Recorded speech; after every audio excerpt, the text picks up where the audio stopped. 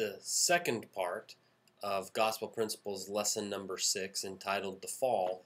And this one of the things that I would do as maybe a readiness activity, something to get everybody excited to learn, would be to just ask people, what are your favorite stories in the scriptures and why? Give me the why in less than 3 sentences. And then you're going to get some of these stories. You know, you're going to get Naaman the leper maybe, and maybe you're going to get Abraham and Isaac, and maybe you're going to get Ammon and the conversion of King Lamoni, and maybe you're going to get Nephi building the boat, but you're going to get this set of stories. And when you ask them why, they're going to come up with conflict reasons. So almost exclusively, they're going to tell you about the conflict. Why do you like Abraham and Isaac? Well, because Abraham sacrificed so much when he made the decision to go, and all of that. So the conflict is what's at the root of that. So that should lead to a very easy segue into the fall being the conflict of God's plan. The fall of Adam and the fall of us being the center of all of the conflict that the atonement will resolve. Let's review the events of the fall. I would act it out from memory rather than having them read it, and get a couple people in the audience to critique. Someone who you know knows the story, get them to critique. We've seen it, most of us have seen it repetitively in the temple, so we can act it out without much trouble. We might miss a nuance here or there, but for the most part, we can get it right. So I'd do that pretty quickly. Just call volunteers, run them up there, do it how they're supposed to do it, and that'll be that. And you could have a little bit of fun with that. You know, you want to bring if you're a sister, you want to bring your husband's suit coat for Adam, so he gets to wear the suit coat. Or if you're a guy, if you want to bring a dress that Velcros in the back and have somebody wear the dress for Eve, there could be a lot of fun. So you can enjoy that instead of just all being serious. So that would be kind of block 1. Block 2, I would seriously discuss Satan not being necessary for the fall. So you can lead in with the question, was Satan necessary for the fall? You can put it on the board. I would put it on a board and say, you know, was Satan necessary for the fall? Then draw a line down the middle of the board, true on one side, false on the other, and have them come up and write their name. Then they have to commit. They have to get out of their chair when they start to get bored. That is great. You know, it's good to get up and moving. It takes a couple of minutes to get them up and back, but they participate in a very real way. So then I just discussed it. In my first part, I talked fairly extensively about the reason that Satan wasn't necessary for the fall. The nature of having the tree there was all the enticement that you needed. There was the ability to choose, and they were informed of that. Nevertheless, thou mayest choose for thyself, for it is given unto thee. So because they know that, they don't need Satan to tempt them. They need now just some possible participations that I would use, some of these. Consequences of the fall.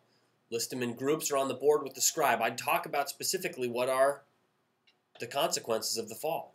And list them. You know, they received blood, they could have children, they were kicked out of the Garden of Eden. There's a big list. I'd make that list, and I'd have them write it down somewhere. And if you want to write it down with the scribe and have people just raise their hands as to consequence, or if you want to have people do it on an individual level or a small group level, I'd have something done in groups, and the majority of this lesson I would do individually for a couple of reasons. 1, to create that internal conflict, but 2, to let them know that Adam and Eve were alone in the Garden of Eden, and we are alone in our journey back to God. Really, it's us, and it is specifically us and our spouse. That is the unit that gets us back or doesn't get us back. Other participation. I would memorize 2 Nephi chapter 2, verse 25. It is small and short. It's a scripture mastery scripture, so you know our kids should be memorizing this when they go through seminary. They'll know it by heart.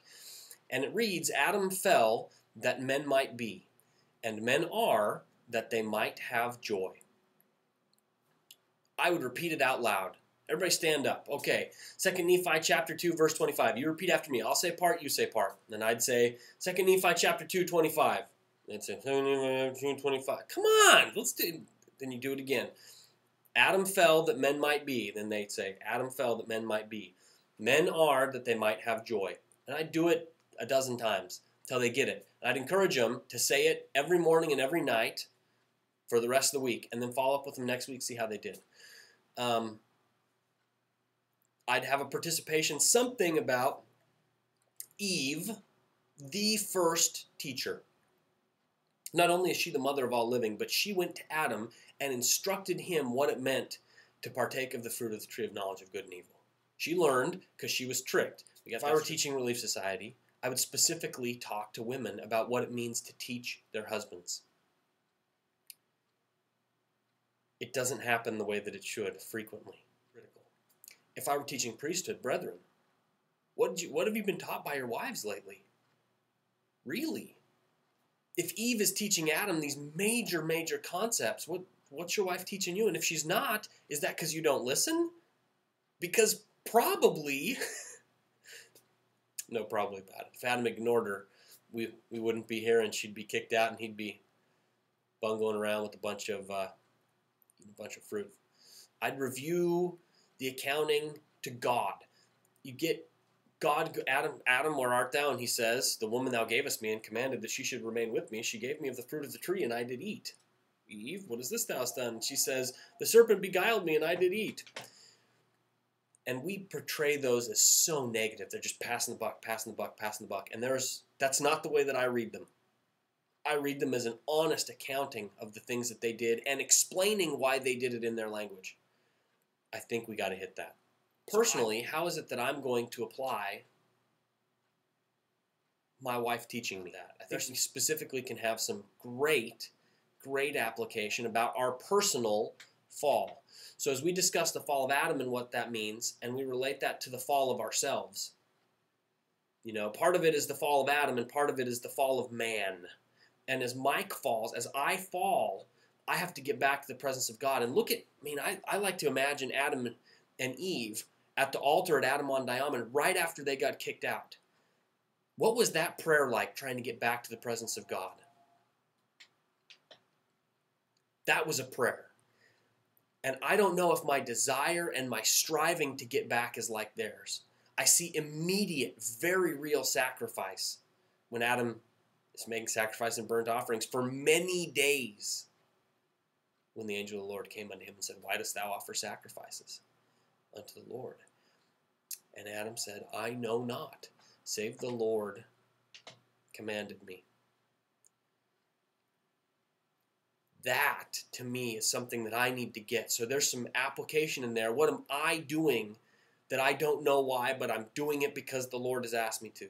And that should be a list. I should be able to list things because I have to do it before the angel's going to tell me why I'm supposed to be doing it. It always works. First I act, then I get the knowledge as to why I'm acting. If you want to mix it up, bring some fruit. Even figs. We know that it was fig leaves. Satan made the fruit of the tree of knowledge was fig leaves. Bring some figs. Bring some raisins. Hand them out. They're eating something. They're moving. It's something kind of fun. If you think it's dorky, all right, great. No, I would review Adam and Eve's thoughts from Moses chapter 5, verses 10 and 11, where Adam and Eve review, in retrospect, look back at the fall and talk about what their fall meant to them. Part of this, maybe even this Moses chapter 5, verses 10 and 11, I would have them read totally silently. And I'd have them write stuff down that they feel. Give them some direction, and then give them 6 or 8 minutes to read silently and don't talk. Don't interrupt. Don't let other people interrupt. Encourage silence. And let people kind of soak in the Spirit and what it means to fall. I know that as we have conflict, appropriate conflict in our lives, that's striving to return to the presence of God, that we'll be able to resolve that. And in our classes, we need to create enough conflict, not anything negative or contention, but there needs to be conflict and wrestling so that there can be resolution and learning and growth. And that's what I would do for Gospel Principles lesson number 6.